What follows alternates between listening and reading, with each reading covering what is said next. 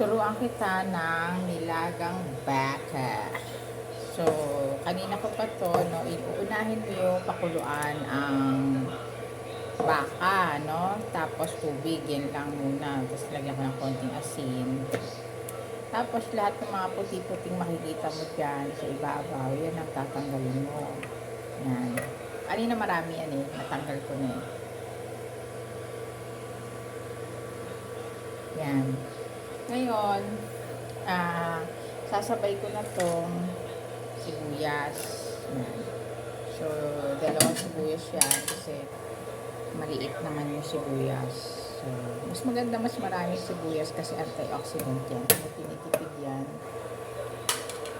ikaw rin na makikinabang na at pamilya mo, no? Yan. Pakuluan lang natin. Tapos, para hindi kasi lamog yung gulay, na lamog, mamaya pa natin siya ilalagay kapag malambot na yung baka. Baka yan eh. Yun. Maya-maya pa yan. So, mamaya ihulog ko yung patatas. Ilalagay ko naman ngayon yung patatas kasi medyo matagal din ito. Yung patatas, yan, ihulog mo na. Tapos, yan, hintayin mo munang lumambot yan, silang dalawa, bago mo ilagay yung ibang gulay. Malambot na yung patatas, lalagay ko na yung saging na saba. Para masarap, kailangan maglalagay ka ng saging na saba sa yung nilagang baka. Yan. Yan lang. Yung gulay, hindi pa siya masyadong malambot, pero medyo malambot na. Lalagay ko na yung repolyo, pero gusto kasi nila malambot na malambot para sumabay na pamamaya. Ayan. At saka, ilalagay ko na rin.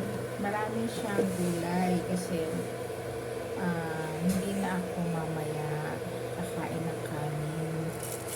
Ito na lang. Para dalawa kasi yan, may naglo-low carb, mayroong rice, na may gustong may rice, may ulam ito.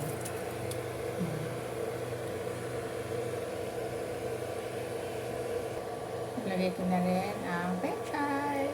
Yung marami kong pechay, diba? Dinamihan ko siya. Kaya para sa mga hindi nag-rice yan, dadamihan mo lang ng gulay. Kasi yun yung pinaka-rice mo. Pero kung nag-rice ka, masarap to. Sarap to sa rice. Nilagang baka. Hindi ako magra-rice ngayon kasi minsan na lang ako magra-rice.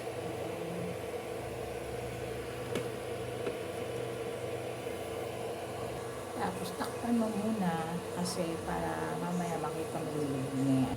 Kaya inahon ko muna ang saging na saba ko at saka patatas kasi malambot na siya. Pero yung baka hindi pa siya malambot. Mamaya ko na lang siya ibabalik ulit. Ganun ang gagawin mo. Para hindi masyadong maging iahon mo muna siya. Ayan. Kasi balik mo mamaya pag malambot na yung baka. Ayan siya. Diba? Napalambot ko pa yung baka. Ayan. Hindi pa rin siya malambot. Tatakpan ko ulit. Bayaan mo lang siya lumambot.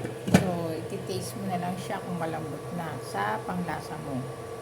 Ayan, finished product na ng nilagang baka. So, tikman mo na lang ayon sa taste mo kung gusto mo pang dagdagan ng patis. So, ayan.